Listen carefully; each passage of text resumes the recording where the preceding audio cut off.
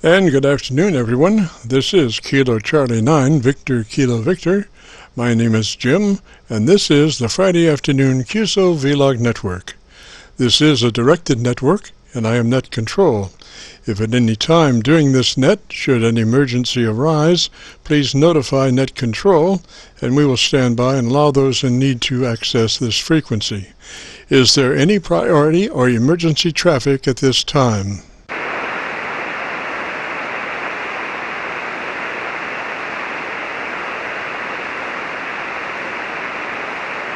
And hearing nothing, we will continue. This net is all about ham radio. If you have a radio you want to check out, give us a shout. We are recording now, live till 5, and then we'll post it up on YouTube, so you can come by later and do a call letter search for KC9VKV, that's Kilo Charlie 9, Victor Kilo Victor, and that will take you to our QSO-VLOG page, where we're now featuring about 1,175 QSO-VLOG recordings.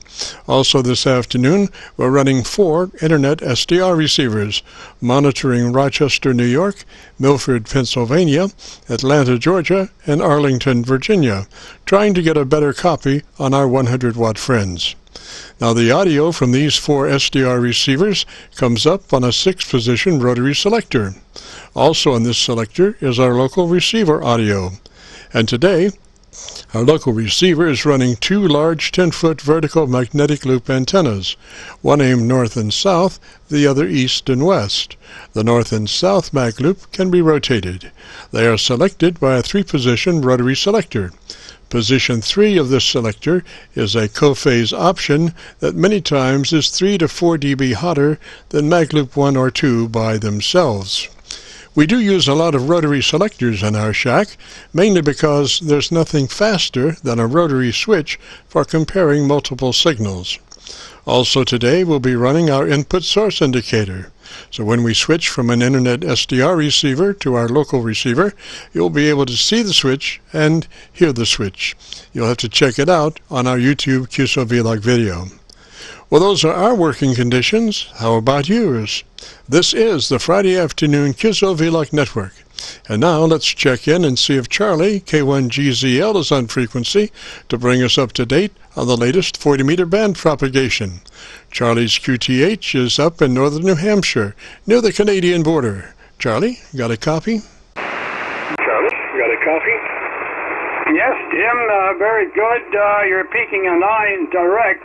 There is Queen Sugar Baker, but you're very, very clear on a beautiful sunny day, temperature up to 72 degrees. Go ahead, Jim, if you copy. Roger. Charlie, well, what have you been up to, sir? You've been DXing Argentina or or where? Argentina or where? Well, not Argentina, but I was talking to Ian down there near Melbourne this morning, where they had frost. It was evening. They're 14 hours ahead of the East Coast. So I was on, say, at 6:20 in the morning. It was 8:20 in the evening there. It was, it was a good contact. There was a lot of sporadic E, an awful lot of sporadic E. But here's how I copied Ian this morning from near northwest of Melbourne. They were just desperate to get out of Melbourne, like you said, Charlie. Had enough of being cubed up, and I just want to get somewhere. And Green Hill, it's a very good spot to get away from it all. Okay, I can't see where the mic's there. Okay, and that was Ian down there.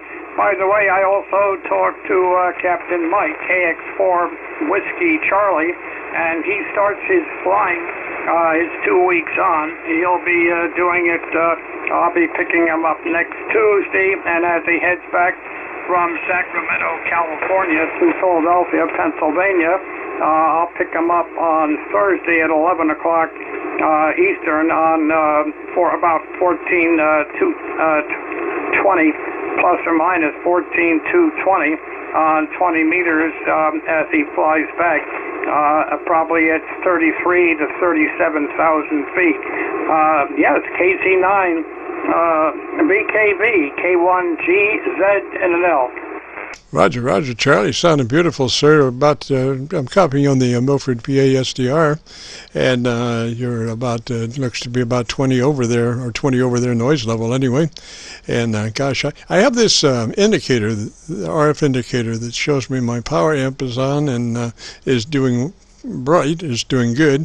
It's a light that lights up as it modulates, and I don't have the calibration exactly right on it. It's kind of like a blowtorch going off as opposed to a slight indicator. And what it does, it just samples some stray RF and is lighting up some LEDs. And gosh, I have to figure out a way to do a little trick adjustment on it to kind of decouple it. It's about 20 megatons of light right at the moment, Roger. Megatons of light right at the moment, Roger. Okay, yeah. Well, I hope you can get that straightened out. You're doing fine. There is a little bit of static, but I'm getting you directly from southern Indiana near Louisville, Kentucky. So the short skip probably is a lot better. That's why you're copying me better from Milford. It's very good. Good. Right on it. It's kind of like a blowtorch going off as opposed to a slight indicator. And what it does, it just samples some stray RF. Okay, I hope that came through. Okay, so I'll turn it back over to you, and haven't done too much out there. I've been cutting some brush at times, and the bug situation is not quite as bad, the black flies, as we had a week or so ago, but we still have them. We still have a few mosquitoes, but it's mostly black flies this time of year. So I'll turn it back to you, Jim, and I'll certainly try to catch you on next week. Maybe we'll have a little bit of Captain Mike from the Boeing 767, KC9VKV, K1GZL. Roger, Roger, Charlie. I wanted to ask you about the black flies. Is that an annual event, and how long does it last? And how long does it last? Yes, it is an annual event.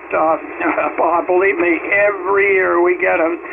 They generally start somewhere in the middle of May, sometimes a little earlier, sometimes later, middle of May, and they hit the peak usually the first 2 weeks of June. Then by around the 10th of July, it's pretty over with. You might get a mosquito or two, but the lower elevations and those people that live near lakes, they get mosquitoes all summer long. And I'm glad I don't live down in those wet areas. But generally, after about the 10th of July, we're pretty well bug-free, but there's always exceptions. Go ahead. Roger, Roger. Now, do those black flies, do they have any natural predators that look for them? Predators that look for them? The natural predators would be me. Get after them. I don't know. I'm not absolutely certain on that, but by the way, a few days ago, we had the code birds, the white-throated sparrows. Those birds, I guess I've told you before, I don't remember, do send, they whistle CW. I call them the K birds because they go ba ba ba, and then occasionally you get a D da da da, or a T da, or even I've had S's, bop, bop, bop, and a few other letters thrown in. But I've seen a lack of M's and Mary's this season. But yeah, those birds, they weren't there yesterday or today. But there are times they're there, and they migrate up from the southern states and Mexico up this way during our summer. here, but they actually said perfect CW for the most part. I've heard a few sloppy D's in Denmark between a D and a K, but son of a gun, I've got one recording of one of them, but it will not play over the 7300. The 7300 does not cover that frequency. But those birds are absolutely incredible. Here's all these birds with the regular songs, yeah. But when you get perfect D's, T's, and X's once in a while, and S's, and in the past I've had SOS. I had O from one tree and K from another, and one time, a few years ago, I had 10 Ks in a row. 10 Ks.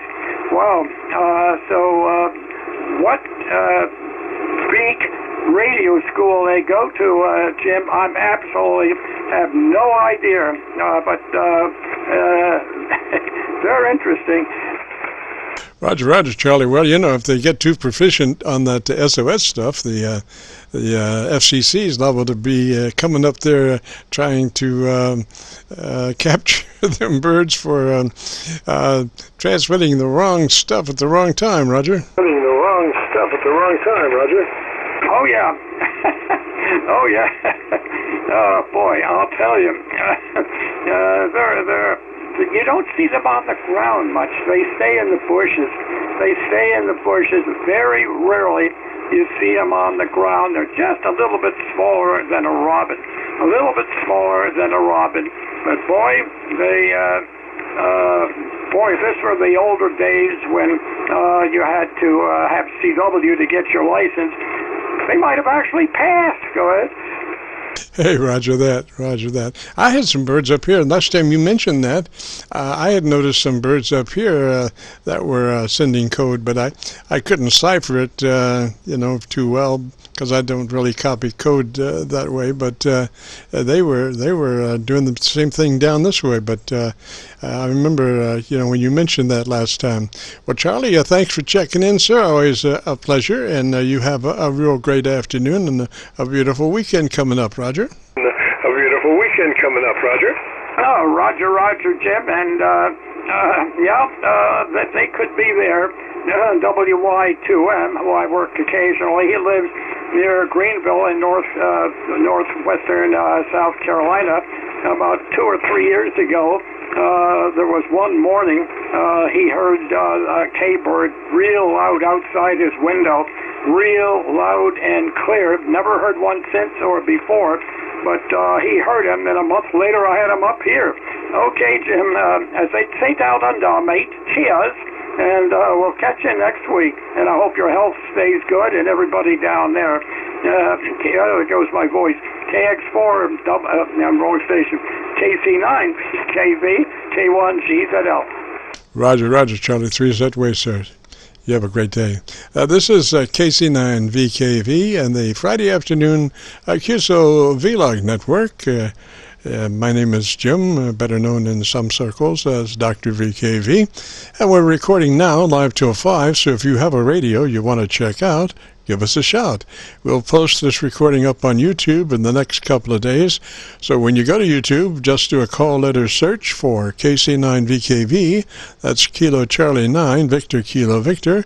And that will take you to our QSO Vlog page. And on that page, you'll be looking for one QSO Vlog entitled My Group Aircheck 62620. My Group Aircheck 62620, which is today's date. This is KC9VKV. If you've got a radio you want to check out, give me a shout. Radio you want to check out, give me a shout.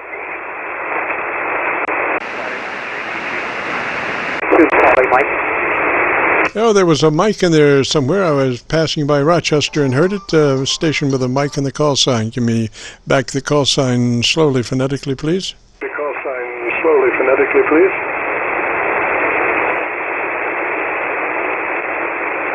Well, maybe it wasn't a mic. I just caught the end of it. It sounded like a mic in the call sign. But this is KC9VKV. Station calling. Come back again with your call sign. Station calling. Come back again with your call sign.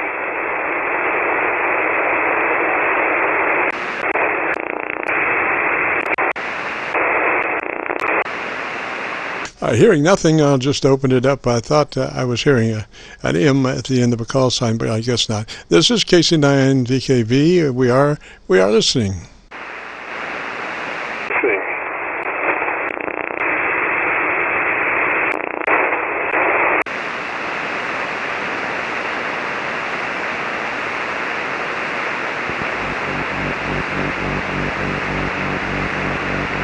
Kilo Charlie 9, Victor, Kilo Victor, the Friday afternoon QSO-VLOG network. If you have a radio you want to check out, we are recording now live till 5, and then we'll post it up on YouTube so you can come by and check out your audio. After, we do a setup if you need your radio transmitter set up. This is KC9VKV listening.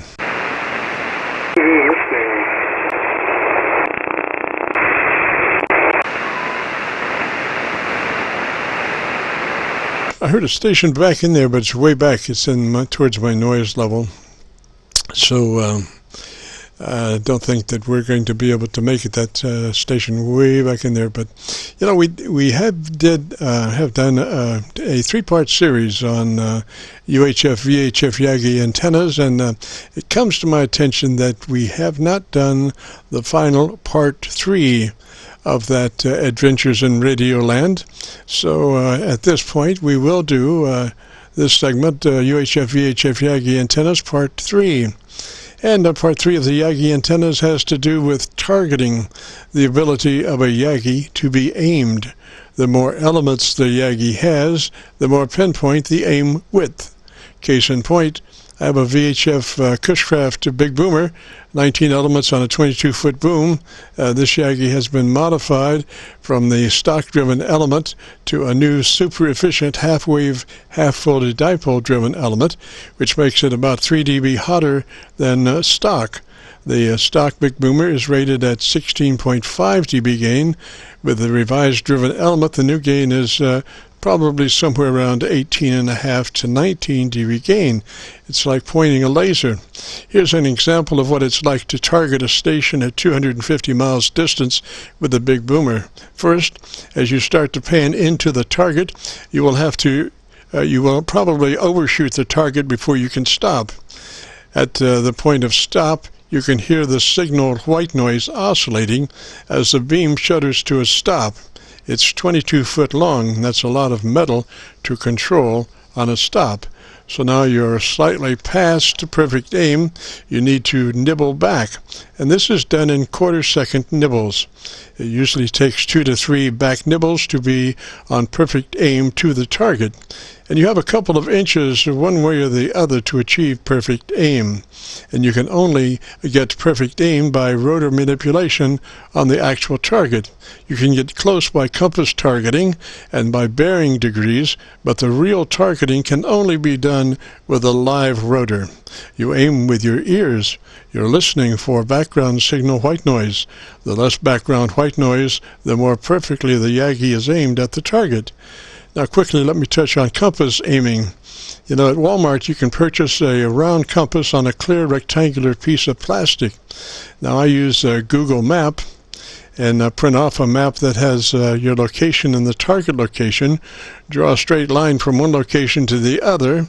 FYI, Google Maps are always printed north at the top, so put your compass north exactly to map north and orient an edge of the compass rectangular plastic parallel to the line you draw.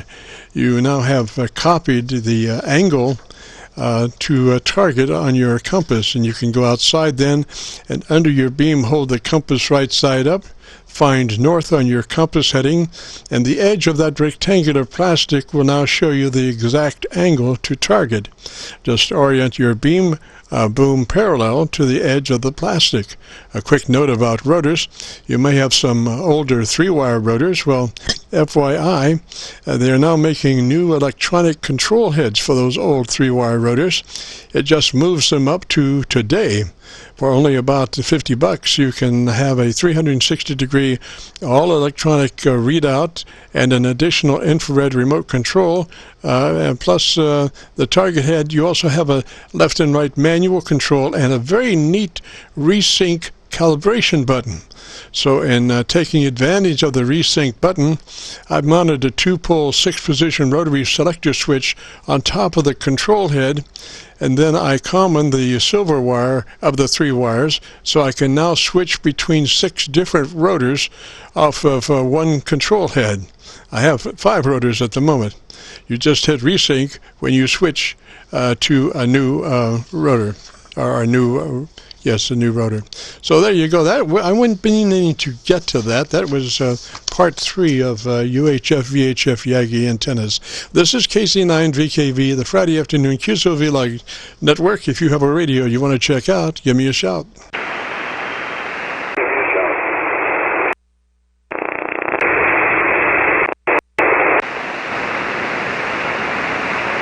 And I'm not hearing anything, so if there's nobody to service, we'll be cutting this short.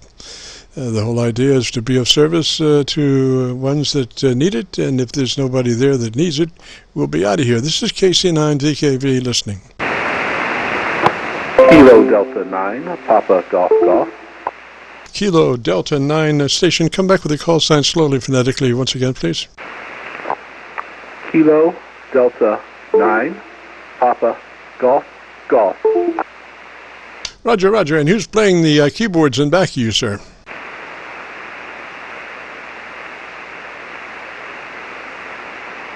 I have my radio plugged into the computer, and apparently it goes crazy whenever I transmit, so I'm going to have to disconnect that. This is actually my first time transmitting on HF. Ah, well, welcome aboard, sir. And, you know, I'm trying to contemplate on what the melody might be, but I can't quite, haven't been able to put it together quite yet. But the modulation is very melodic and nice. Yeah, that's the Windows, anytime you plug in a USB device. So apparently since I have this radio, it's FT991, I got it plugged into the computer, and apparently it's just going crazy with the transmission, so I got to do something about that. Roger. Well, volume might take care of it. Volume on your PC usually takes care of those strenuous noises, or extraneous noises, as it were. Yeah, but my volume is on my keyboard, so since it's all going crazy right now, I can't even adjust the volume.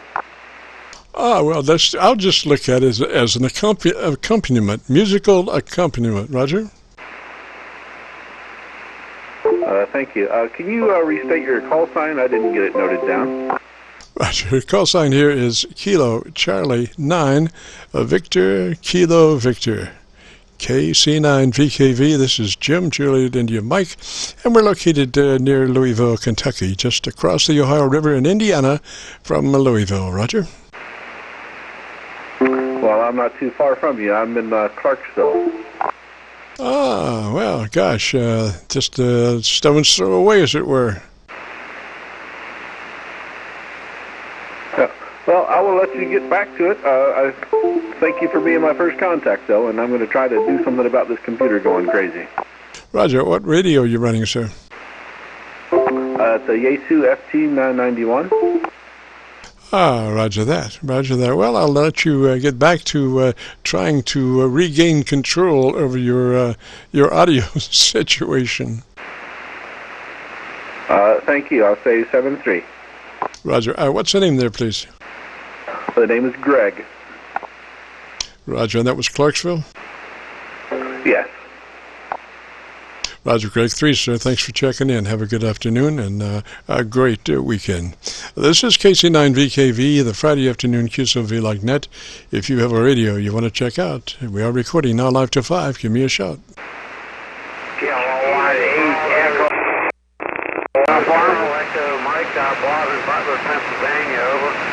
Station in Pennsylvania. Come back with the call sign slowly, phonetically, please.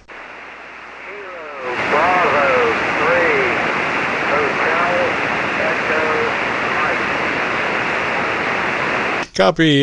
Kilo Bravo 3, House Echo Mike. Is that a Roger? Hotel Echo Mike. H. House H. Hotel H. Anyway, what's the name there, please?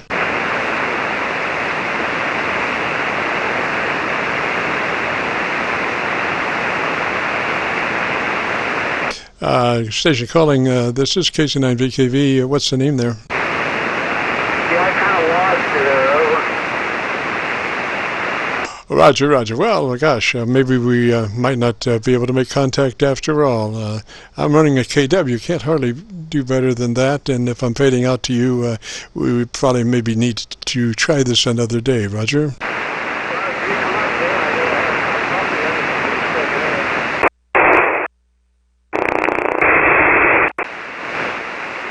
And gosh, my Milford PA SDR is down. Let me see if I can bring that up. Maybe I can get a better copy on you. Yeah, we shall see here. Milford has a lot of neat little things that after 20 minutes it's inactivity that they'll bounce you off, and then after that, like at about 45 minutes, it's over.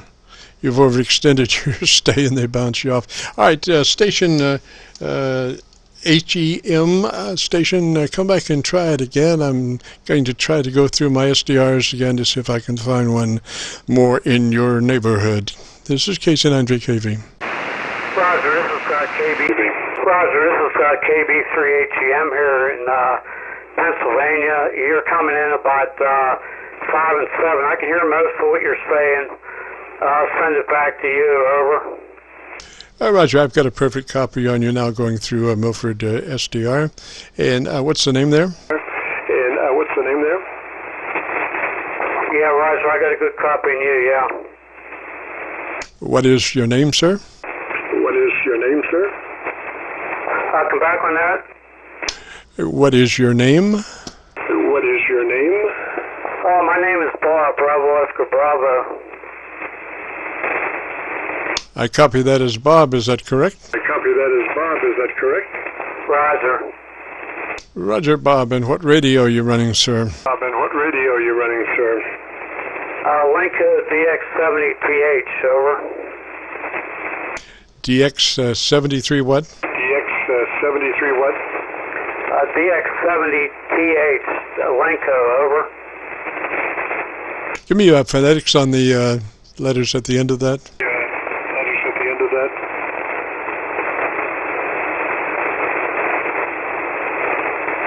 Hi, Bob. You know, we might be probably at the end of our string here, sir. You know, I'm running a kilowatt, and, you know, if you can't copy, then maybe we should try it maybe a little bit later when you have better conditions, Roger? Yeah,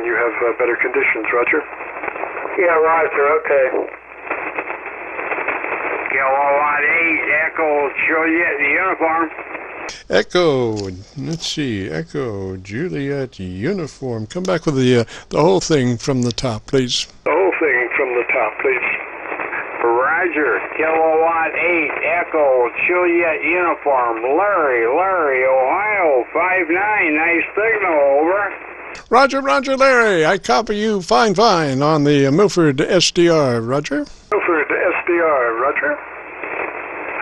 Okay, fine on the 5559, direct from Maumee, Ohio, just out of Toledo. Been all over the band. Everybody seems to be in and out, but right now you're doing great. What's the handle? The name here is Jim, Juliet India Mike. The call is Kilo Charlie 9, Victor Kilo Victor. We're located just across from Louisville, Kentucky, just across the Ohio River in Indiana from Louisville, Kentucky. Roger? Oh, okay. Very good, Jim. Very good. KC9VKV, KDJU, running one of them rare radios here, Jim. One of the ICOM 7300s, over. Yes. Somebody was telling me about some radio they were, you know, just really enthralled with, and I just simply commented that after it's all said and done, the ICOM 7300 will be the radio of the century.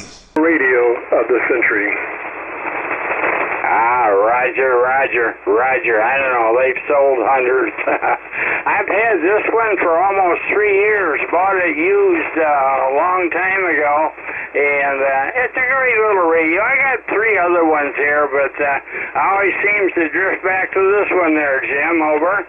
Oh, Roger, that's just a beautiful little radio. The receiver is just outstanding. It has, I had one for about 3 months that my Elmer had procured for me to run and evaluate for a 3-month period, and I mostly ran it in the receive mode. And that radio receiver is really outstanding from the standpoint of frequency response. I ran it in the filter 1 position, which is no filter at all, and no noise blanking, no noise reduction, and if somebody were transmitting audio in the 100 cycle range, that radio could easily reproduce it. So it's just a beautiful radio. Roger, yeah, I have fun with it. The band scope is addicting. You get looking around, Main rig here for 40 is a Kenwood TS590SG, and we run 500 watts with that. But we seem to come back to this one quite a bit, Jim. Over. Roger. Well, matter of fact, I think it was a Kenwood that this gentleman was proclaiming, to be have so many more bells and whistles than the 7300, and I don't discount that, but the thing is, 3KC, is you don't really need the 4KC. Matter of fact, 4KC wide. Sometimes you get folks coming to look for you with all kinds of. Well, anyway, they sometimes 4KC can be 1KC too much. Roger. Yeah. Well, great talking to you there. I've gone through a lot of rigs over the years. Got the license back in 1957. All kinds of modes, all kinds of radios, all kinds of antennas there, Jim. Over. Roger. Well, your audio looks pretty good there. It's about 2 dB. Usually we want that to be about 3 dB, not quite as fat, but, it's getting the job done for sure. So you're running about 2 dB dynamic range, Roger? 2 dB dynamic range, Roger. Oh, okay, yeah. Thanks for the report. Yeah, got the processor on, and I like the report there. Good, all right, won't hold you, let you go. You going to do field day? No, I don't usually do field day. I sometimes I run high cover. I do a kilowatt and direct folks into the my people usually they're in a park, Roger, so I just use the KW to go around and try to direct folks to my people in the park, Roger. Oh, yeah, directions on the park there. Good deal. All right, well, great hearing you on 40 here, and up on 10, there's a little bit of activity on 10. Been that way for better than a week on 10, so I don't know. Are we running into a new cycle there, Jim? Over. According to my Elmer, it's going to be a cold day in somewhere before things start looking good. So, that's his official prognostication, Roger. Okay, all right. Well, it's unusual for 10. At least I operate 10 a lot, or I do a lot of calling. It's better that way. And boy, up till about the last week, there very little anything on there. And of course, the signals have just been stateside. Nothing but stateside. But usually 10's pretty dead. You don't hear anybody, Jim. Over. Oh, Roger, that is true. Matter of fact, to the point that I had a full wave loop antenna for 10 on a rotor, and I had it mounted on my sun roof. Much to my chagrin, much to my wife's chagrin, I had at one time 38 antennas around the hacienda. 38 antennas. My philosophy was, once I built an antenna, it was, it was like one of those things to the the 40-meter band gods. It was a monument. Any antenna is a monument to the RF gods. Well, this loop antenna worked beautifully. When 10 was 10 and rolling every day, I would be talking to California from Louisville every day. I mean, it was so specific that there was one guy out there that I had a pipeline right to his house, and we would, first thing he would monitor 28400, and I also, and we'd always have words, a few words of hello and whatever about every day because the conditions were that way. Well, anyway, it's been less than that way on 10 meters for a long time, so I got to thinking about it. Gosh, my wife has really been nice about my antennas, and 38 antennas is a little obsessive. I wouldn't ever actually deactivate an antenna because I would use it to compare with the next antenna I built. How else do you know that you're actually moving forward unless you can go backwards and compare what you had to what you have? So in that philosophy, I wound up with 38 antennas, and I just came to the conclusion that, she has been so nice about this. I need to start giving back to her house and her surroundings and her sunroof.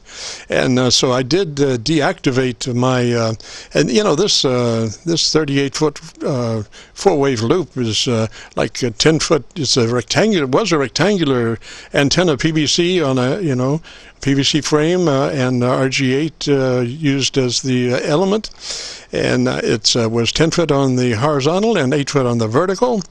Quite an antenna, and it was very difficult to drop, and so unfortunately.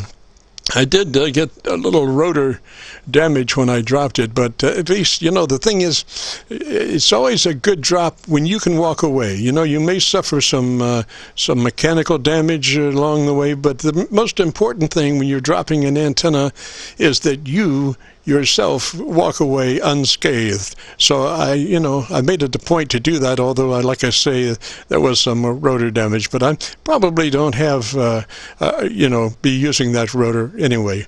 Roger, Larry? Oh my gosh, 38 antennas, Jim, 38, oh my gosh. That's a lot of aluminum, a lot of wire. Boy, I tell you, 30-some years here, I've been hit twice by lightning. Nothing real bad, but bad enough to tear up some rigs. All them antennas in years, have you ever had a lightning problem, Jim? Over? Only residual lightning. You can have a lightning strike that's not direct, but in the neighborhood, and particularly with all the antennas that I had.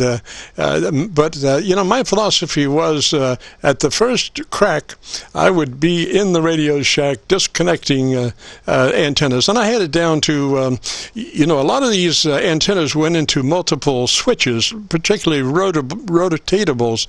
Selectors, and so then there would be one out, 6 in, 1 out, and so all I had to do was disconnect that one out that would going to a radio. So probably I could disconnect about five antennas and take the whole thing down. Roger? Yeah, take the whole thing down, Roger. Yeah, that's good. Yeah, I got a 4-position switch here on my 40-meter sloper, and same thing, storms are coming, anything we unhook, and a couple of the other antennas also there, so we don't take any chances. Yeah, well, the times I got hit there, it actually everything was unhooked, and come down the tower and come in the back of the house, and got some of the stuff in the house as well as the radio equipment there. Okay, well, you've had experience. Do you do a lot with wire antennas, Jim? I do a lot with the wire antennas. I don't believe in fan dipoles. So, I mean, if somebody wants to go nuts, they can try to operate a fan dipole. But I'm looking for 0 SWR, and to maintain fan dipole multiple bands at 0 SWR, if you try that, you'll probably be in the nut house, because when you do one, you affect the other, and vice versa. So I found it's just a lot simpler to have a separate antenna for each band, each antenna tuned to the middle of each band. And my tuning procedure on dipoles is on the negative side of the dipole, I'm using that to correct for SWR, minimum SWR on the ground side, and bringing it back onto frequency on the high side. And you just go back and forth like that on a dipole, and yeah, it's not too difficult to take that sucker right on down to 0.5 SWR, Roger. 5 SWR, Roger. Yeah, Roger on the SWR. Okay, on the fan dipole. Never tried the fan dipole there, so I don't know how they work. Right now, I've got a sloper at 60 feet, quarter wave for 40, a sloper at 35 feet, which I'm on right now for 40, and the majority of the time, believe it or not, Jim, the 35-footer works better. Oh, roger that. Well, there's no better antenna than the right antenna at the right place at the right time. I think the thing is, options are always the most important thing. So when you have options, you can go, from the vertical to the horizontal, and stuff is changing all the time. It's not just always horizontal. Right in the middle of a QSO, it could go to, vertical. So it's important that you maintain the ability to have options, Roger. Roger. Roger, and you've got them. You've got them. Hey, by the way, nice audio, nice crisp and clear audio. I didn't comment on that. All right, well, I won't hold you up. Been great talking to you. Good talking about antennas. And I don't know, a lot of QSOs anymore are short and goodbye, and it's nice talking to somebody about ham radio stuff there, Jim. Over. Roger, Larry. Well, likewise, the thing about contest is, and everybody, I think the ham radio is big enough for everybody to do what they want to do. That's the beautiful thing about it. And if you're into contest, then, that is great. And, also, for those that want to QSO, that's even better. And then there are those, like on VHF and UHF, doing a digital communication. So this ham radio is so multifaceted that there's something for everybody, Larry. Yeah, Roger. Did some of the digital for a while, some of the FT8 most recent, RIDI and that kind of stuff, and packet back earlier years. But I stick to the sideband. I like sideband the best and enjoy that. Okay, well, over the weekend, you'll probably find me up on 10 meters. I get on 10, and if somebody's working contests up there, I'll give them points. If not, got somebody to say hello to. Hey, have a great weekend. Stay safe, and maybe we'll catch you another time here on 40. Been my pleasure, Jim. KC9VKV, KDJU. Got anything else? Well, Larry, I just wanted to mention that this is the QSO-VLOG net, and we do record live from 3:30 till 5, and we have been recording, and we will be posting this up on YouTube. So if you would like to hear your beautiful audio of your station, if you go to YouTube and do a call letter search for Kilo Charlie 9, Victor Kilo Victor, that will take you to our QSO-VLOG page. We have about 1,175 recorded QSOs at the moment, but you'll be looking for one in particular, and it's called My Group Aircheck 62620, today's date. My Group Aircheck 62620, and give us a couple of days to get it up to YouTube, Roger. Oh, okay. Very clever. Yeah, very clever, Jim. Good. Okay, we'll check that out. And again, take care, my friend. Thank you. Roger, Larry. 3 Z-Way, sir. Great sounding station. Have a good day. This is KC9VKV, the Friday afternoon QSO-VLOG net, and we are recording now live till 5. If you've got a radio you want to check out, give me a shout. Give me a shout. KC9VKV, Kilo Charlie 8 Golf Lima. Kilo Charlie 8 Golf Lima, is that a Roger? Golf Lima, is that a Roger? Yes, sir. KC8GL. King Charles 8 Goose Liver down here in Canton, Ohio. Roger. Okay, and what's the name there, please, sir? Greg. The name is Greg, short for Gregory. Roger, Greg, and what radio are you running today, sir? This is the ICOM 7610, 7610. Go ahead. Yes, my second favorite radio, only because I can't afford it. I can't really afford the 7300, but the 7300, just because it is what it is probably my favorite radio. I had one for 3 months to evaluate, and I just found it just beautiful as far as the receiver. I didn't run it too much in transmit because I usually set those up in transmit, so I know exactly what they are as far as the transmit. And that 7610 is a similar setup. We usually suggest that you run the compressor at about a 3. Run that compressor at about a 3, and then move to your ALC and adjust the ALC through mic gain control to about mid-scale to 2/3 on the ALC meter, and that will give you about a 3 dB dynamic range, and that equates to between 80 and 85% average peak modulation. Okay, fine. My compressor is off right now.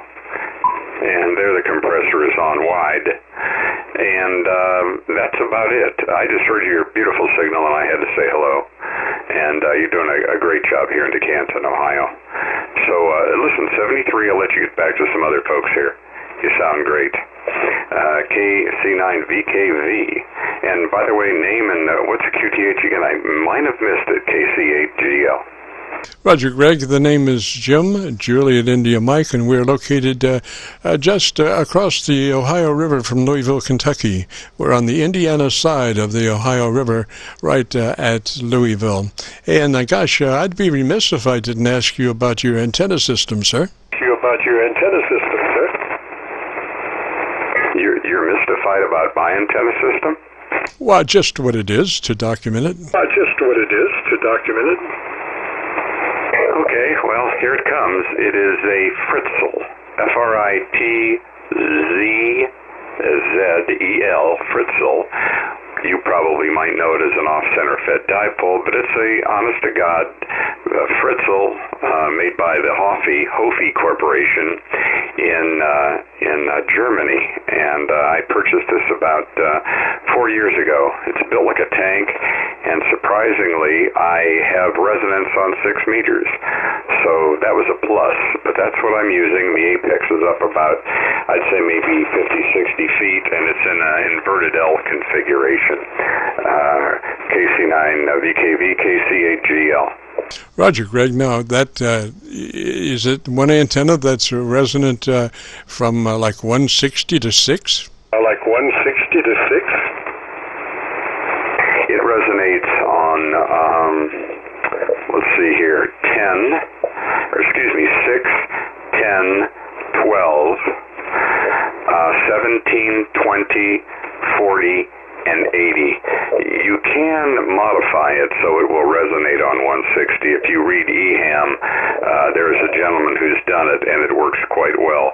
But I was pleasantly surprised to find that they did not advertise that. I've got about a 1.2 to 1 SWR across the 6 meter band, or 2 to 1 SWR across 6 meter. Everything else, they swept this antenna before it left the factory. It's 1.2 to 1, and that was really sweet. And I've got it here. I love it. And by the way, I'm running about 800 watts through an ACOM 1000 amplifier. KC8GL, go ahead. Roger, Greg, just a beautiful signal, sir. And we are recording now live till 5, so if you would like to hear which radio sounds like, we're running a, like I say, recording, and if you go to YouTube and do a call letter search for Kilo Charlie 9 Victor Kilo Victor, that will take you to our QSO-VLOG page. We're running about 1,175 recorded QSO-VLOGs at the moment. You'll be looking for one in particular that's called My Group Aircheck 62620. Today's date, My Group Aircheck 62620. Roger? 2620, Roger. Okay, Jim. Fine business. I do have to get off here. My daughter is going to be getting married here, so she's going to take precedent. So with that, I'll say 73. And take care. You sound great. There's no doubt about it. I'll let you get back to the others. KC9VKV. Sorry to be so abrupt and cut it short, but family first, loyalty above all else. KC9. Well, Canton, Ohio. Roger. And I've been monitoring you on the Milford, PA SDR. Just at the last moment, went to my local antenna. You were probably just as heavy into my local antenna as you were into Milford. So good signal. And I think you'll like the recording when you check it out. Give us a couple of days to get it uploaded to YouTube. 3 is that way, sir. This is Kilo Charlie 9 Victor Kilo Victor, the Friday afternoon QSO-VLOG net. If you have a radio you want to check out, give me a shout. Kilo November 4. Give me a shout. Now, there was 4 stations in there. Loudest one, try again. November 4, Quebec, November Tango. November Tango station, come back again with the whole call sign slowly phonetically, please. Okay, November 4, Quebec, November Tango, N4 QNT. We have our QRMer in there. Poor little child, my QRMer. I missed him so much. Anyway, what is the name there, sir? Yeah, good afternoon, Jim. The name is Art, Alpha Radio Tango. I'm in North Carolina, not too far from Winston-Salem. We've talked before, and appreciate you giving me an opportunity to play this back later. I'm actually experimenting with a new headset. Picked up Audio-Technica headset with a boom mic built onto it, and just hooked it up to the radio not too long ago, and we get a good chance to try it out now. Go ahead. Roger. Well, I was copying you on my local antenna at about 12 over, and I moved over to Milford, and you're also doing well in Milford. So why don't you tell me about your antenna system for about 10 seconds or so? Okay, very good, Jim. Well, this is a multi-band doublet. I'm not a believer in coax, sorry to say. I heard you mention earlier about dipoles and coax, but I have a piece of property that's good for basically one antenna. So, of course, the old ARRL handbook from the 1960s, they always referenced a doublet antenna, which basically is a dipole cut for 75 meter. About 63.5 feet on each leg. It's flat top and then center fed with the homemade ladder line, the 600 ohm spacers, and that's about 115 feet of that comes down right to the back of the tuner, and then basically the tuner is part of the antenna system. So from 6 meter to 75, you just wipe out the swerves and go at it with the legal limit. Over. Roger that, Art. Sounds like a great antenna. I've heard of them quite often. I have never experienced one personally.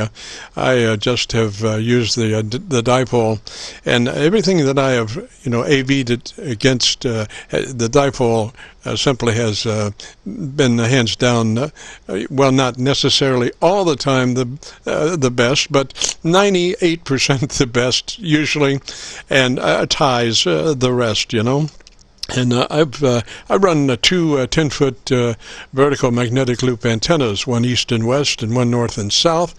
And there was a period of time where I evaluated the transmit capabilities of my dipole versus my 10-foot vertical mag loops, and probably took me about a week at 600 miles evaluation as to what I was going to do, and invariably the dipole won out in transmit over the 10-foot vertical mag loops, but on receive, it's a different matter. Easily, the 10-foot vertical mag loops are 3 to 4 dB hotter than many times than the dipole itself. And the one I have. One of them I have is a tunable, rotatable, and so that can further sweeten the pot, so to speak. And plus the fact then I also have a co-phase harness on those two 10-foot vertical mag loops, and I can co-phase them, and that also sometimes results in extra 3 dB gain or so. And this is all over the dipole antenna, Roger. Okay, yeah, I agree 100%, Jim, and it totally makes sense. I've heard, it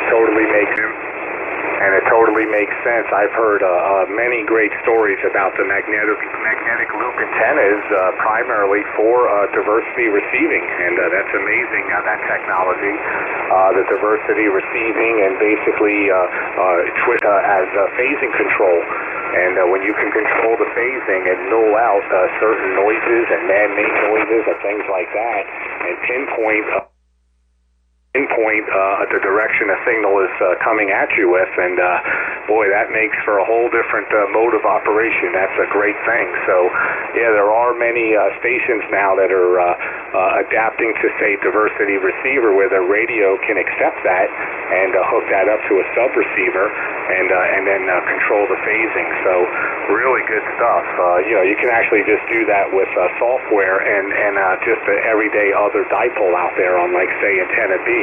But if you don't have that type of radio and or the software, what you're doing manually with the actual magnetic loop is probably just as good. Over.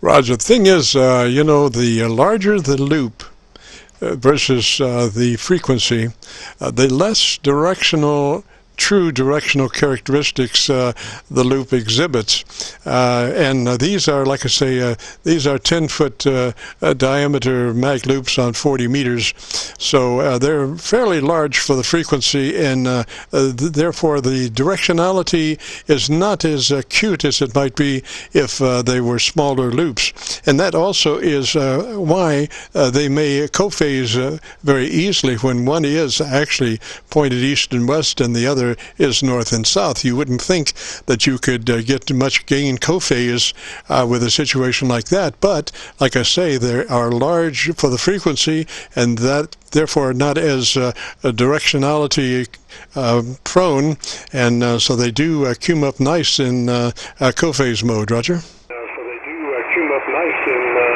co-phase mode, Roger. Oh, yeah, very good. Oh, that's nice. More the merrier. I mean, having multiple antenna systems or experimenting, and, of course, the magnetic loop and things like that. Excellent.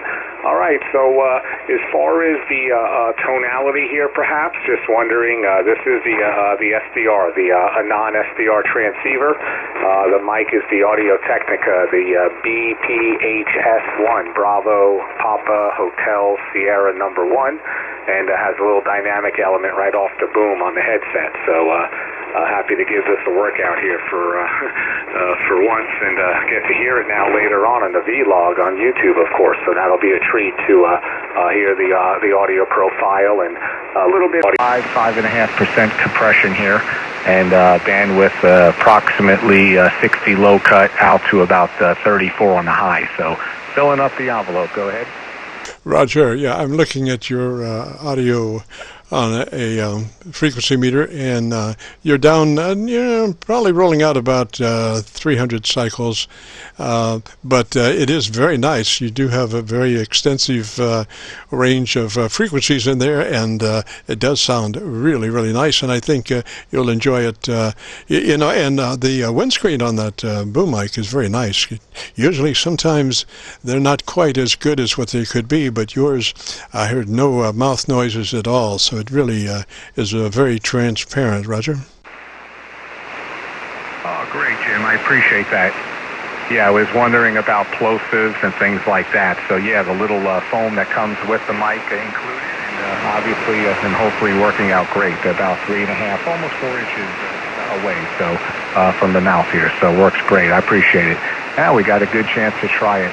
Well, pick up more, keep the show going, I guess, till 5, as you say, and I can't wait to tune in later. I've been there before, so I'll look for the date, of course, and eager to listen when the time is good for you, of course, to get everything uploaded and up to YouTube. So I'll listen out, Jim, pick up more, have a great weekend, and appreciate what you're doing out here.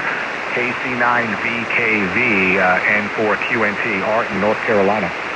Roger, Art, and I was copying you that time, that transmission on my local antenna, and I do run a heavily modified Yaesu 990. It's about a 30-year-old radio, but it's been pretty heavily modified coming and going, so it's fairly flat, and I'm looking at your audio on a spectrum analyzer, and you are down to about 200 cycles. It looks like your roll is right at 200 cycles, and then roll out, but a very, very nice curve, so I think you'll enjoy the recording. 3 see you, sir, and you have a great afternoon. This is KC9VKV, the Friday afternoon QSO-VLOG net. If you have a radio you want to check out, give me a shout. Kilo. W4 Zulu Golf India. Zulu Golf India. Come back with your call sign slowly, phonetically, please, sir. Roger, this is Whiskey 4 Zulu Golf India. My name is Mike, and I'm in northeast Alabama. Over. Roger, Mike. What radio are you running, sir? I'm on a Yaesu FT897D today. Over. Repeat that again, please. It's a Yaesu FT897 Delta. Oh, Roger there.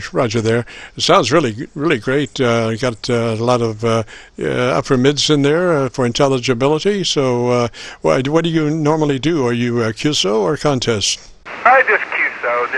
I've got a 7300 also, and I just picked this radio up and set it up the best I could. And haven't had anybody that really has the skills that you do to be able to listen to it to tell if it sounds okay. I'm using the MD100 desk mic, and I've got a home screen on it. So I like the little radio a lot. It's not a 7300, but it's a nice little radio. It does an awful lot of things. Over. Roger. Now, do you know where your EQ is on that radio? I do, and I have had I've had a few little problems with that. Do I need to bump in some more lows or some more highs, or what do you think, Jim? I would go for 3 clicks. What is it, a 3-band or 2-band EQ? I think it's a 3-band. I'm not on that menu right now. All right. I prefer to keep, in the 3-band EQ, I prefer to keep the middle band plus or minus 0. The whole idea behind the equalization is for you to strike a balance between the top and the mids and the bottom and the mids. And if you go along and boost the mids, then it's so much harder for the top and bottom to catch up for balance. So I usually suggest that you keep the mid-range EQ flat, and then we start from there as far as what we need to do. So if you wanted to take a look and see what settings you currently have on your EQ, Roger? Roger. Let me find it here in my menu book. I know it's right here somewhere. I've got the speech processor set at 50, and it's 0 to 100. And my mic gain is up pretty high in order to get, I guess, it's to get this this particular microphone to do it. But let's see. I got. I'm not sure if this is bandpass for. This isn't. I'm going to have to do some research in my book to I just got this radio, Jim. So it's. But I will. I'll look into that. Those three settings. I'm not even sure that I have that aspect of the radio turned on right now. Over. Roger that. Well, what we should do, we have a very generic setup prior to getting into the EQ that you might want to avail yourself of. We suggest that you run that compressor at about a 3. Running the compressor at about a 3 as opposed to the higher numbers, because after it's all said and done, the compressor is only going to do so much in speech, and then as you take a pause between the words, it tries to suck up garbage that you don't really want. So we find that a 3 out of 10 is a very good setting for the compressor to begin the setup. Roger? Roger, I just cut it back to 3. Can you tell any difference in the audio there, Jim? Right at the moment, I would suggest we move on with the setup, and that would be to go to your ALC meter with mic gain in hand and adjust your ALC meter to run the mid-scale to 2/3. Mid-scale to 2/3 by manipulation of your mic gain control. Yep, that's where I'm at, right about mid-scale. All right, you want to be just a little bit further than mid-scale. Mid-scale to 2/3. Roger? Thank you very much. So tell me about your antenna system. And look at your ALC and make that adjustment very clearly that it is running between mid-scale and 2/3. As you tell me about your antenna system. Okay, the antenna system is it's a fan dipole, a coax fed. And I heard your comments before, and I worked on that son of a gun for 3 months, getting it all in line and trimming each individual band. I've got it for 75 meters, 40 meters, 20 meters, and 10 meters. So there's 4 individual dipoles fed with 1 coax, and I am not using a balun on it. And it feeds right in here to the shack. And right here, my SWR is very.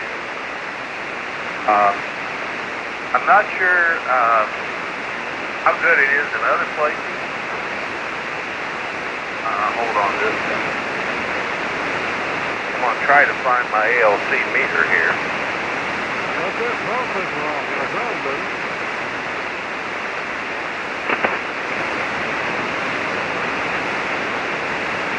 This is KC9VKV, the Friday afternoon QSO-VLOG net, and we're talking to Mike, W4ZGI.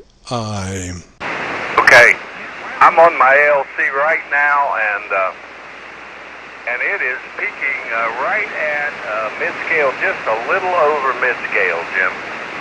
All right, that's exactly where you want to be, mid-scale to 2/3, and you're running that compressor at a 3, Roger? Roger on that.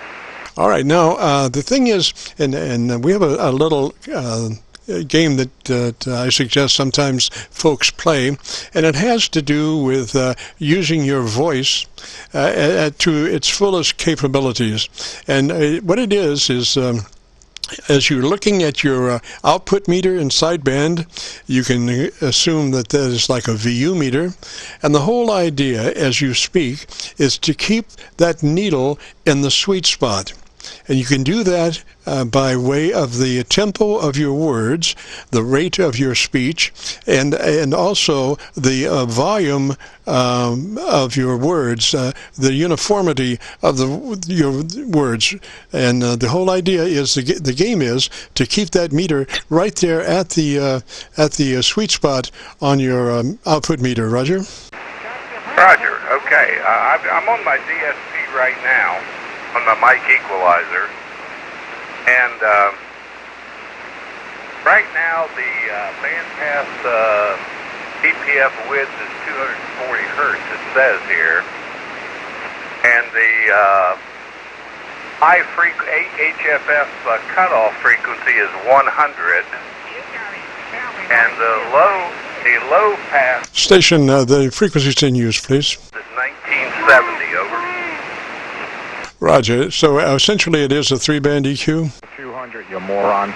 Roger on that. Roger. Okay, so make sure that your mid-range is flat.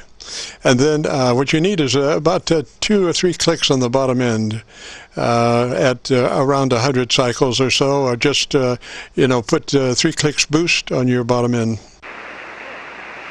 Okay. And let me hear you once you do that. All right, 1 second here. Well, I'm having a hard time doing that, Jim. I'm going to have to study up. I'll get back with you next week so I don't waste your time here, because this is so different than the 7300 or any other radio I've used as far as trying to figure out all these menus. It's really goofy, particularly on this DSP setting thing. I don't understand their figures here at all, but at any rate, if it's sounding good enough for a normal amateur use, I'm happy with it for right now, and then I'll try to improve it as we go on, over. Oh, yeah, plenty intelligibility, no problem at all there. And I'm sure when you find that EQ, if you can join us next Friday, we can work on that. Right now, you're kind of mids to upper, so there's lots of intelligibility. It's one of those points that we could broaden it out for a little more QSO feel later on. Just add some more bottom end. But observe what your EQ curve is as far as those 3 adjustments, and I wouldn't change anything for right now, but if you could join me next Friday, we'll take a look and do what we can for there. Roger. Roger on that. Very good. One minor change right there. Did you notice any difference there? I'm not sure. What was it? I went from 120 to 240 on the DSP bandpass filter width. All right. What you want to do, as far as the width of that radio, you want to be in 100 to 2900 mode. That's the mode that you want to be in, 100 to 2900.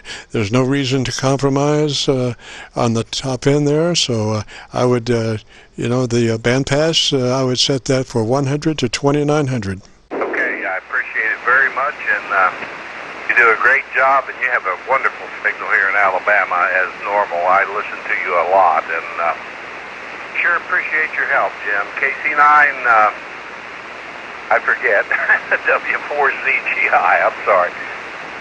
Roger. Kilo Charlie 9, Victor, Kilo Victor. And I'll say 3s to you right now, Mike. And like I say, if you get a chance to join us next Friday, and we'll pursue our setup a little bit more. This is KC9VKV, the Friday afternoon QSO-VLOG net. If you have a radio you want to check out, give me a shout. Kilo WH.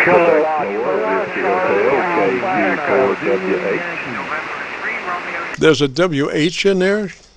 Something ending WH, sir. Come back slowly, phonetically with your call sign. Sir, try again. The station ending in the call sign WH. Come back with your call sign again, slowly, phonetically. Kilo Quebec 4 Whiskey Hotel. Kilo Quebec 4 Whiskey Hotel. KQ4WH. Over. Roger. What's the name there? Name here is David. Over. Roger, David. And whereabouts are you, sir? I am located in South Carolina, about 60 miles south of Columbia, the state capital. Over. Roger that. I'm copying you. It looks to be about 8 over on my local antenna. Roger. Copy that. I have you at about a 7 over. Copy. Roger. Now you did just fade, and I had to go to Milford SDR to copy the mail. You're giving them probably about a 10 over. Roger. Giving them probably about a 10 over. Roger. Yeah, the band is up and down a little bit. The radio here is a Yaesu FD990, Yaesu FD990 with the MD100 microphone, feeding an Ameritron AL80D running at about 800 watts. And the antenna here is a homebrew inverted V known as the Carolina 3-wire monster. It is 55 feet on both sides, 55 feet on both sides, about 40 feet in the air with the ends 6 feet off the ground to give it that 90-degree inverted V split. And it covers 6 meters through 80 meters over. So that's the newer Yaesu 990, Roger? Yaesu 990, Roger. Negative. This radio is about 25 years old. FT990, over. Yes, well, I recognize that, but you said it runs 6 meters? It runs 6 meters? Oh, negative. The antenna is resident at 6 meters, but this radio does not have 6 meters, over. Roger, radio runs out at 10 meters, Roger. Radio runs out at 10 meters, Roger. Affirmative.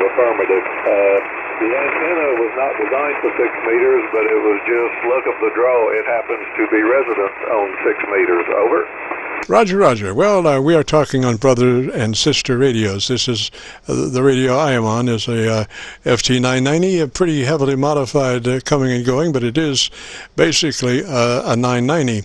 Now, what I suggest in our generic tune-up is that you engage your compressor, and you do not have, I would suggest that that compressor input control, the processor input control, to be somewhere around the 10 o'clock, 10:30 position, Roger. Engage your processor at about the 10:30 position, Roger. 10:30 position, Roger. Roger that, and that's exactly where it is, Jim. That's exactly where it is. The processor is on, and the knob is setting about 10 to 10:30, over. Yes, that's actually, you don't want to force that particular processor too much.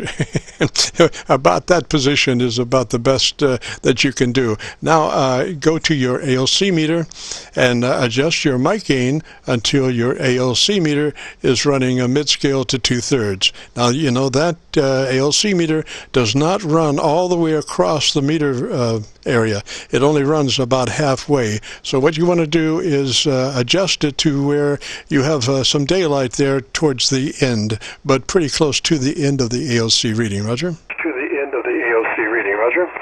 Copy that.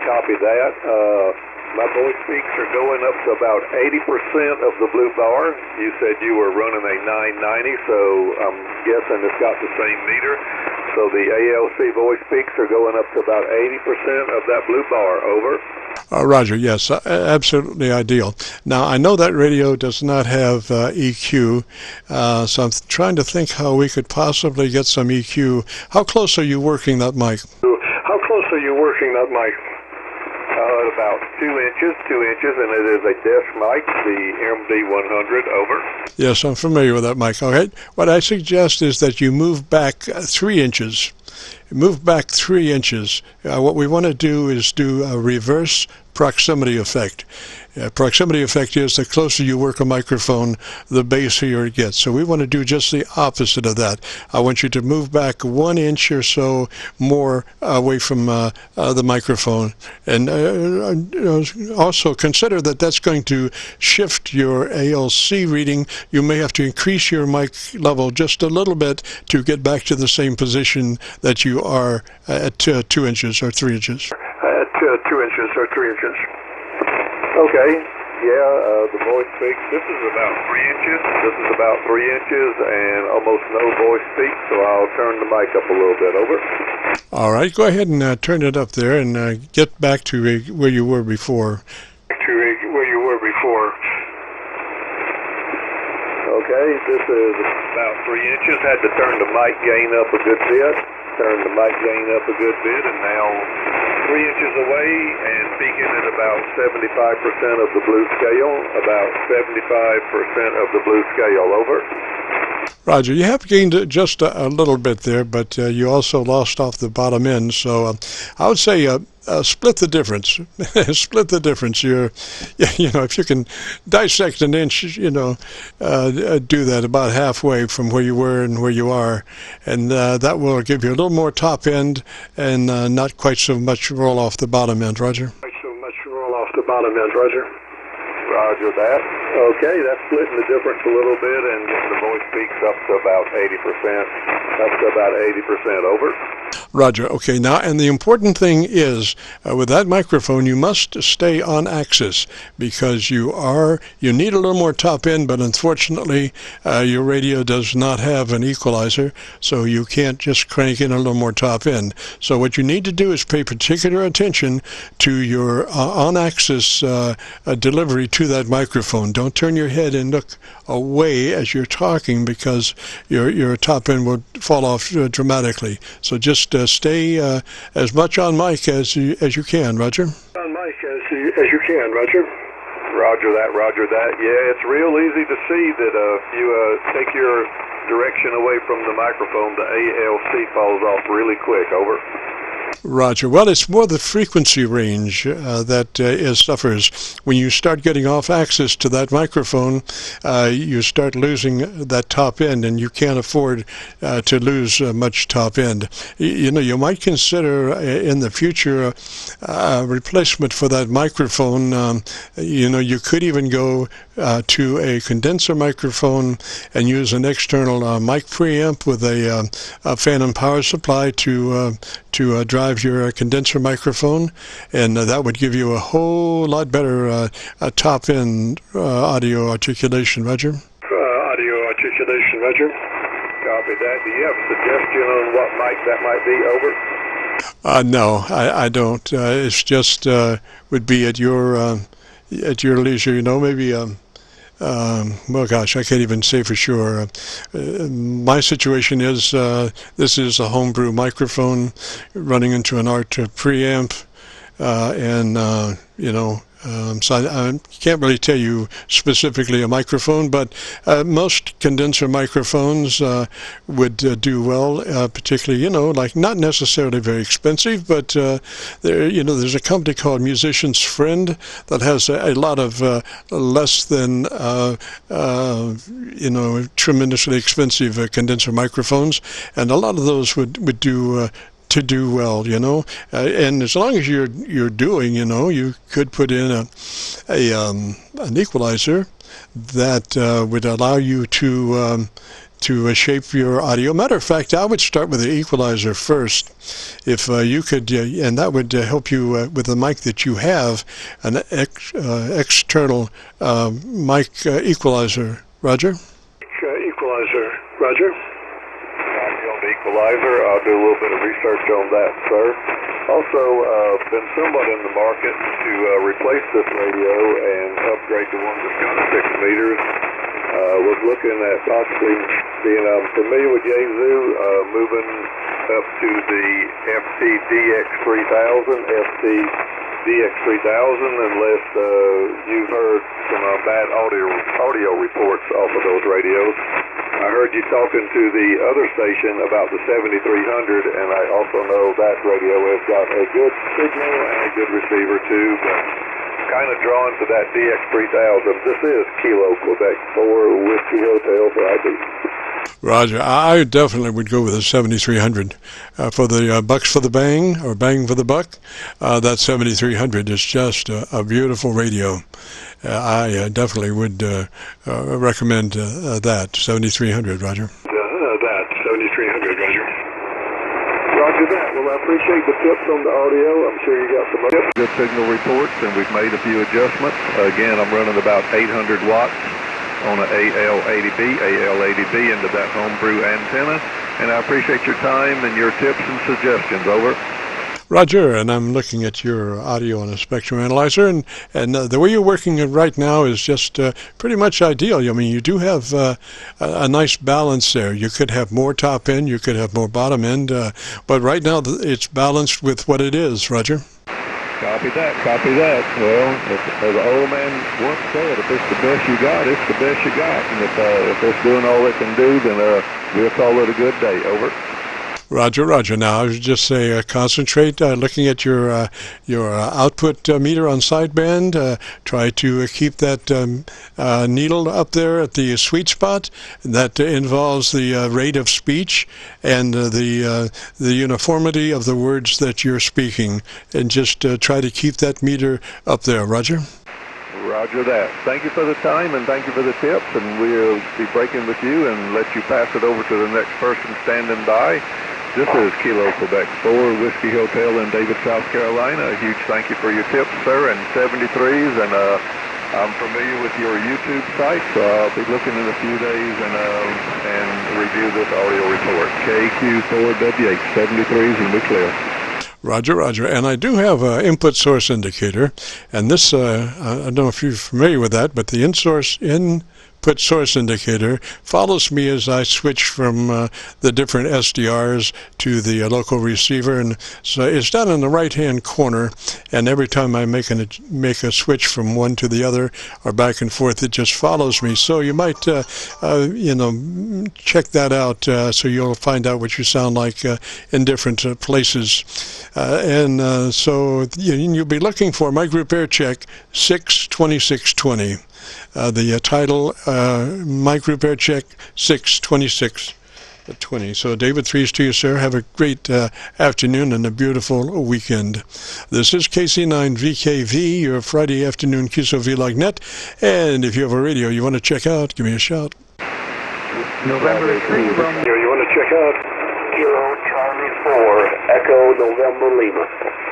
Echo November Lima. Come back with the call sign slowly, phonetically, please. Call sign slowly, phonetically, please.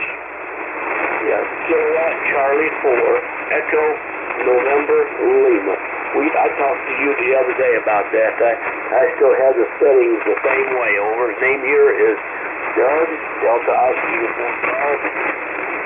QTH is 2 miles north of Atlanta Airport. Rig here is an FT-840.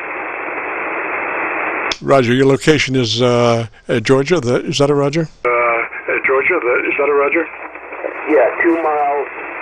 2 miles.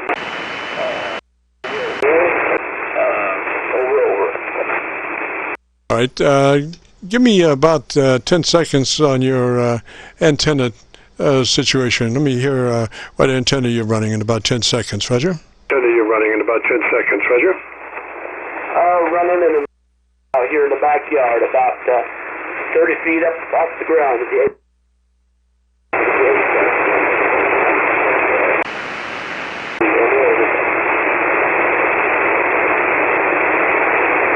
Artie, Doug, gosh, I had multiple SDR collapses. It's nothing worse. The only thing worse than one SDR going out is 2 SDRs going out at the same time, and it makes it you don't have anything to back up. So I got one going. I got Milford going back, and gosh, I had to go. I wonder why this is.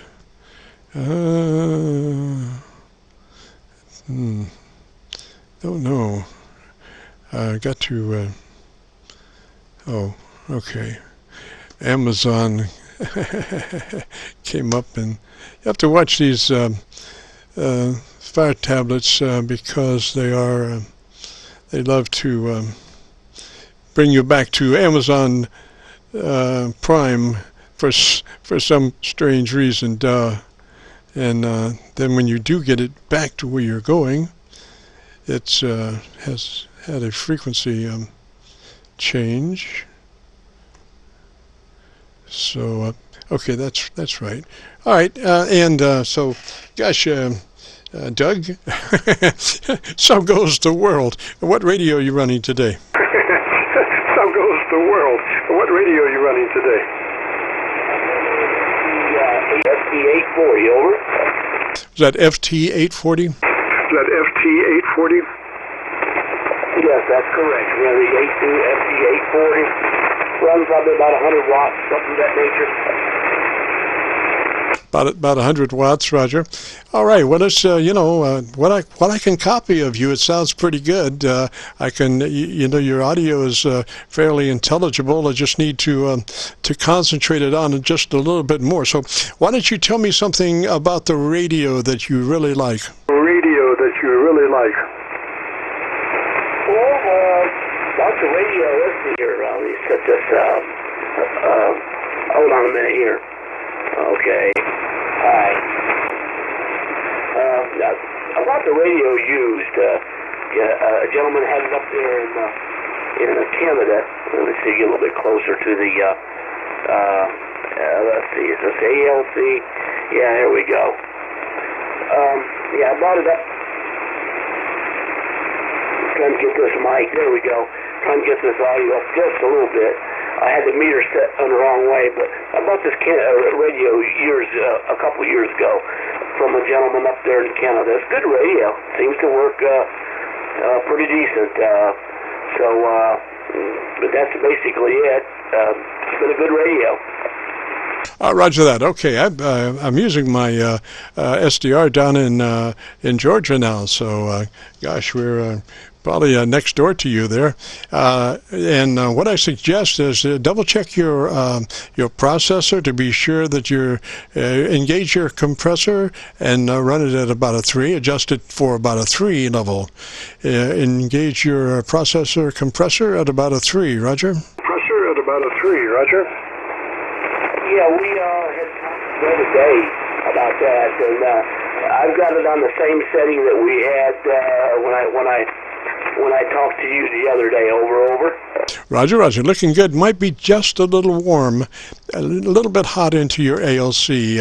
Can put your ALC up, and what you want to do through mic gain is adjust your ALC from mid-scale to 2/3. You might be running that mic a little bit closer than what you were the other day. But anyway, bring your ALC meter up and adjust the ALC from mid-scale to 2/3 by manipulation of your mic gain control. Okay, we'll do that right here. I'm a little bit further away from the mic. All right, it's right there at 2/3 of the way. So that's what I've got it set at. Right at about 2/3 of the way. It's what's showing on the ALC anyways, over. Roger, much better. Because what happens when you really, get too fat, your words start to slur.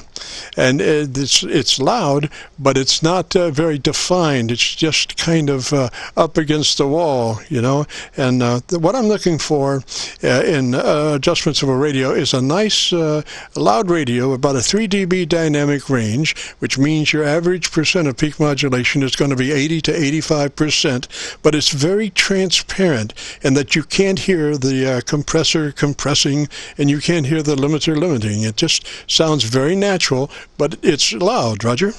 Roger. Okay, well, fine business. Turn these other radios. I've had some other. Try to keep this thing, but like I said, we talked the other day about that, and I adjusted it. Yeah, that thing. I need to get another mic. This is a stock microphone. The reason why I was asking, what is your? You say you have a YouTube channel. I'd like to know more about it. Over. Alrighty, what we are recording now, live till 5. We record from 3:30 till 5, and then we post it up on YouTube so folks can come by and take a listen to their audio. And a lot of times, we're setting up radios, so it gives them a chance to hear their radio in the beginning and then hear their radio after the setup and see exactly what has transpired. So if you go to YouTube and do a call letter search for Kilo Charlie 9 Victor Kilo Victor, that will take you to our QSO-VLOG page. And on that page, we're running now about 1,170 some odd QSO-VLOG recordings. You'll be looking for one in specific that's called My Group Aircheck 62620. My Group Aircheck 62620, and it'll usually be on page 1. Roger? It'll be on page 1. Roger? Okay, I'm recording this now. You said a lot of information that I didn't quite catch. Start from the beginning, if you would, please. It says your call and everything. I didn't catch all of that. I do apologize. That's quite all right. Doug, if you go to YouTube and do a call letter search for Kilo Charlie 9 Victor Kilo Victor, that's Kilo Charlie 9 Victor Kilo Victor, that will take you to our QSO-VLOG page. And on that page, you'll be looking for a QSO entitled My Group Aircheck 62620. The title of the QSO that you're looking for is My Group Aircheck 62620, and those numbers represent today's date.